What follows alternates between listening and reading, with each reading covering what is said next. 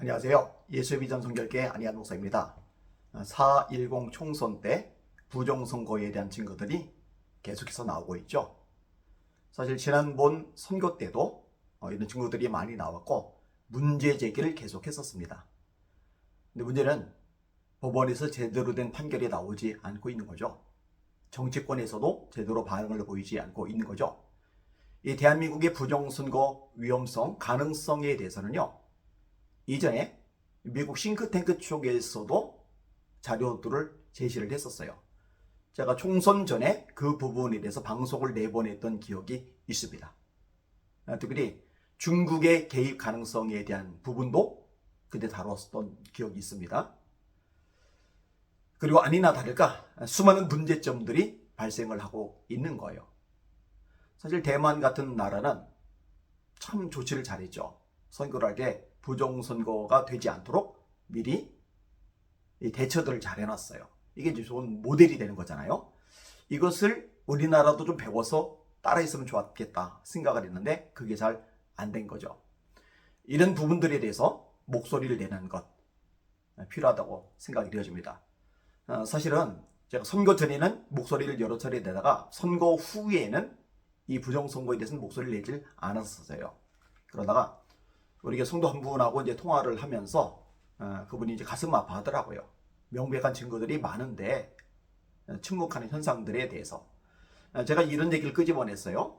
무엇이든 하나님의 손에 달려있다.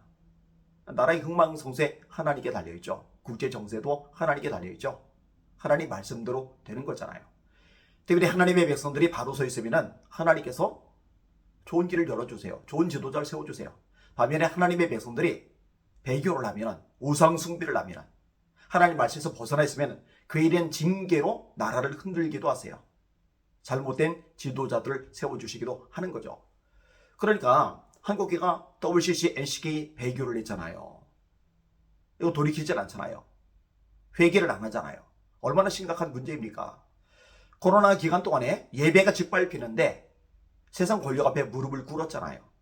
그냥 다 굴복해가지고 예배 드리지 말라니까 우리 생명보다 소중한 예배를 헌시작처럼 내던졌잖아요. 그죠? 이런 것들에 대한 하나님의 징계, 심판의 차원으로서 이게 나라의 어려운 상황이 발생하는 것. 그게 이제 원리죠. 그래서 이런 부분들에 대해서 이제 얘기를 했더니 그분이 이제 저를 보고 그러면 이제 그런 관련된 것에 대해서도 목소리를 좀 내줘야 되지 않겠느냐.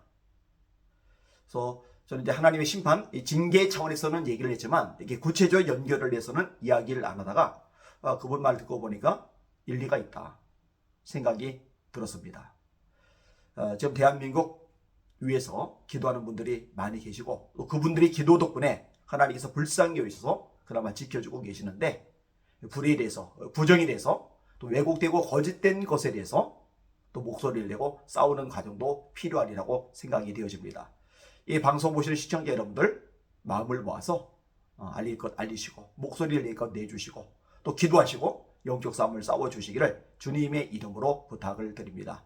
날마다 주님 바라보고 주님의 이름으로 전진하며 승리합시다. 할렐루야.